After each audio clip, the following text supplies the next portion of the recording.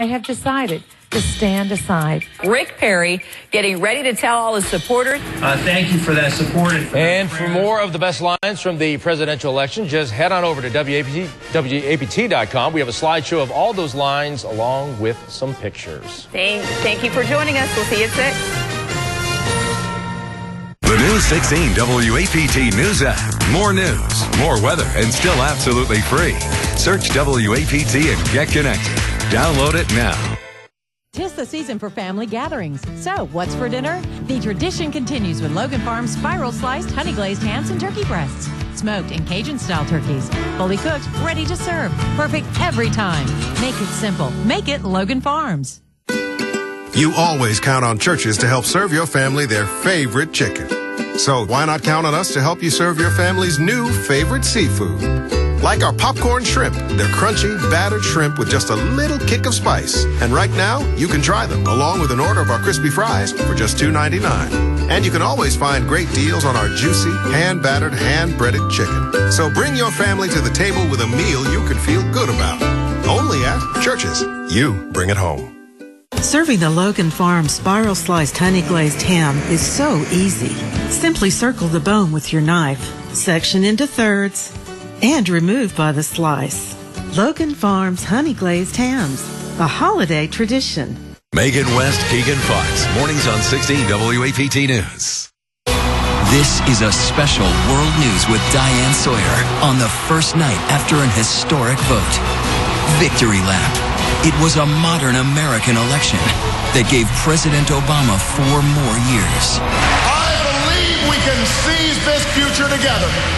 How did a new patchwork of Americans come together to give him the win and force a tough gut check moment for the Republican Party?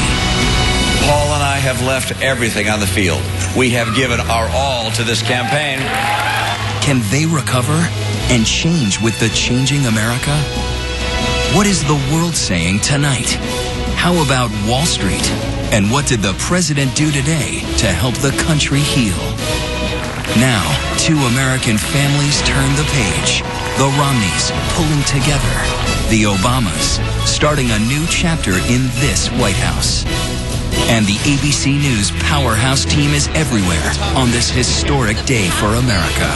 Live from ABC's election headquarters, this is a special World News with Diane Sawyer. Good evening, and it was a day of celebration for President Obama and a day of soul-searching for the Republican Party and a reality check for a nation seeking to move forward after a hard-fought election. Tonight, your voice has become your vote, and these are the results at this hour. Electoral votes, President Obama with a decisive victory, and the president also winning the popular vote. And there are 2 pictures this morning after that say so much about 2 families after the long campaign. Governor Romney gathered with his family in a hotel room, and President Obama and his family on their way back to the White House. And ABC's White House correspondent Jake Tapper with us again tonight. Jake. Good evening, Diane. After logging more than 170,000 miles on Air Force One and a grueling and intense campaign, President Obama finally got an opportunity today to take a breath and enjoy his hard-fought campaign. Late this afternoon, the first family boarded Air Force One to return to the White House, which, for 4 more years, they can call home.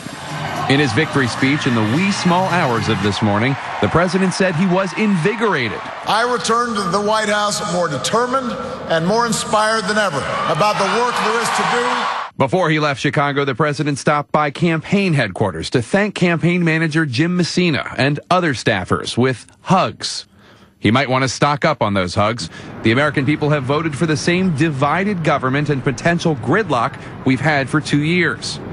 Today, Republicans and conservatives were overwrought, wringing their hands, trying to figure out what went wrong in an election some predicted would be a Romney landslide. I went to bed last night thinking we're outnumbered. I went to bed last night thinking we've lost the country. I think Republicans have done a pathetic job of reaching out to people of color. If Mitt Romney cannot win in this economy, then the tipping point has been reached. On the president's to-do list, economic growth and jobs, immigration reform, and the top priority, those tax cuts set to expire come midnight New Year's Eve.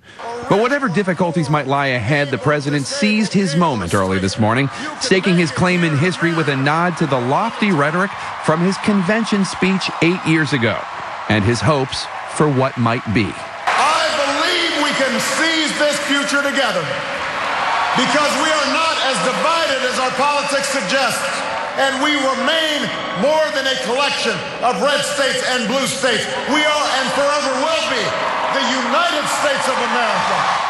And in that vein, Diane, President Obama reached out to the House and Senate Republican leadership. They also pledged to work together to solve this nation's problems. Of course, the challenge is turning that rhetoric into reality. Diane? And we have more on that in a moment. Thanks so much, Jake. But what about Governor Romney? After so many years, such a long campaign, what is he thinking tonight? ABC's David Muir covered that campaign and is in Boston right now. David. Hey there, Diane. You showed that image of the governor today in that hotel room. We know he spent more time with his family that had gathered here. 5 sons, 16 of the 18 grandchildren. And this family has been a huge part of the campaign. One of the sons a key advisor, the others campaigning for him, and of course, Ann Romney, who has said this would be the last campaign. Mitt Romney and his campaign convinced they had a shot until the very end. Like so many of you, Paul and I have left everything on the field. We have given our all to this campaign. Last night, a portrait of his dedicated family one last time before exiting the stage. Romney had been running for president for 6 years, 2 campaigns. And I'm running for president of the United States. Hoping to fulfill an unfinished dream of his father. George Romney, the one-time governor of Michigan, running for president himself. A devout Mormon, Romney's discipline brought outsized success at work and a cherished family at home. How you doing, knuckle snorts? From the very start, his campaign arguing Romney was the turnaround guy who could turn around the economy. But there would be missteps, playing right into the caricature crafted by his opponents. Corporations are people, my friend. Taking hard lines in the primary that would hurt him later, calling for self-deportation for undocumented immigrants. They would leave this country, go home, get in line with everybody else. That's correct. There were his comments about the 47%. But there were also turning points. His wife's appeal. I love you, women! And Romney's biggest moment, that first debate. You've been president 4 years. You've been president 4 years. You said you cut the deficit in half. It's now 4 years later. And there was self-deprecation, too. But it's nice to finally relax and to wear what Ann and I wear around the house. In the final days, a candid answer from Ann should the race not go their way. He will not run again. Nor will I. Living with MS and enduring the rigors of 2 presidential campaigns. Last night, her husband promising a prayer for the president. Ann and I join with you to earnestly pray for him and for this great nation. Thank you, and God bless America. And so the big question tonight, what's next for the governor? He has said in the last 24 hours he hasn't much thought about that other than saying he has a life and a family to get back to. But Diane, we've learned tonight a little more about the campaign plane, at least, the one that we've been flying around in the back of the plane for the press. We're told it's headed back to Michigan, reportedly, where they're going to clean the plane, a private company. There were decontamination, saying these campaign planes are notoriously filthy, filled with germs because of those reporters with beaten down immune systems. I didn't know how to take that. We won't take it personally. Thank you so much, David. And now time to bring in co-anchor of Good Morning America, anchor for this week, George Stephanopoulos once again. So what did we learn last night from the voters about the economy? We saw the building blocks of President Obama's victory. First of all, he blunted the fallout from a bad economy by fighting Governor Romney to a draw on trust to handle the economy. We see it in our exit poll right there. He's within 1 point, and then beating him on this issue of empathy. There was an empathy gap. By 10 points, voters thought the president was more in touch with their problems. He also was able to brutally define Mitt Romney and was brilliant in his targeting of the voters he needed to get out. So give me your bottom line on the Republicans now. We talked about the soul searching. What do they do next? Soul searching, perhaps civil war. You got to look at this party right now. They have won the popular vote only once since 1988 in the presidential race. And it was probably best summed up by Al Cardenas, the head of the American Conservative Union. He said the party is too old, 2 white and 2 male. They lost young women, single women by almost 40 points, Hispanics by almost 40 points, blacks by more than 80 points. This is a party that has to create a much bigger tent. So he's saying it's a wake-up call. Thanks so much, George. And as we said, after the big speeches last night, there was a jolt of reality today. Wall Street plummeted, a one-day drop that was the worst in nearly a year. The Dow down more than 300 points. Was it the election? Was it worry about gridlock in Washington all over again? ABC's Bianca Golodriga has some answers. Wall Street woke up this morning to the same president, but new worries. Europe's debt crisis appears to be getting worse. There was rioting in Greece today over new budget cuts and word that even Europe's strongest economy, Germany, is in trouble. But quickly investors turned back to our looming problem, the road we're on to the so-called fiscal cliff at the end of the year. $650 billion of combined spending cuts and tax cuts expiring automatically.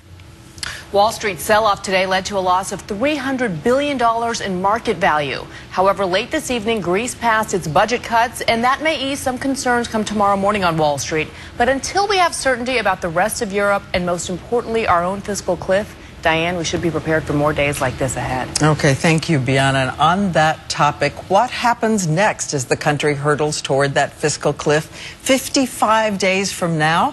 ABC's Jonathan Karl covers Congress and tells us if the election sent a message to Washington and what kind. From Speaker of the House John Boehner to the newly re-elected president, an olive branch. Mr. President, the Republican majority here in the House stands ready to work with you. They better work together. If they don't strike a deal to cut the deficit in just 55 days, by law, we face the so-called fiscal cliff. Tax-mageddon, a mix of tax increases and defense spending cuts that would likely plunge the economy back into recession and give a big tax hike for virtually every family in America starting January 1st. The president has insisted and campaigned on raising tax rates on the wealthy. House Republicans campaigned on no tax increases, and they won too. Today from Boehner, a hint at a willingness to compromise. We want you to succeed. Let's challenge ourselves to find the common ground that has eluded us. Let's rise above the dysfunction and do the right thing together for our country. The newly elected Congress looks almost exactly like the last one, the same partisan divisions, maybe even a little bit deeper that led to failure last time. But Diane, there also may be a new dynamic, that looming crisis forcing a compromise that just seemed impossible the last time around. Well, I'll have a chance to ask the Speaker of the House, John Boehner, about just that tomorrow. An ABC News exclusive, we will sit down and talk about the message of this election and what is to come in the road ahead. Thank you, John. And ABC News has learned tonight that former Congresswoman Gabby Giffords and her husband, Mark Kelly, plan to be in the room for the sentencing of the man who shot her in January of last year. The sentencing is tomorrow. Her husband, Mark Kelly, expected to make a statement in court with his wife by his side about the tragedy. As you know, 18 others were also shot. It will be the first time the two of them see the gunman in person. And when I asked Congresswoman Giffords a year ago if she was angry with the gunman, Jared Loughner, she said no, no, no. And right now, a big new storm bearing down on the Northeast, on the families already battered by the cold. Coming up next, the new race to keep people from freezing tonight.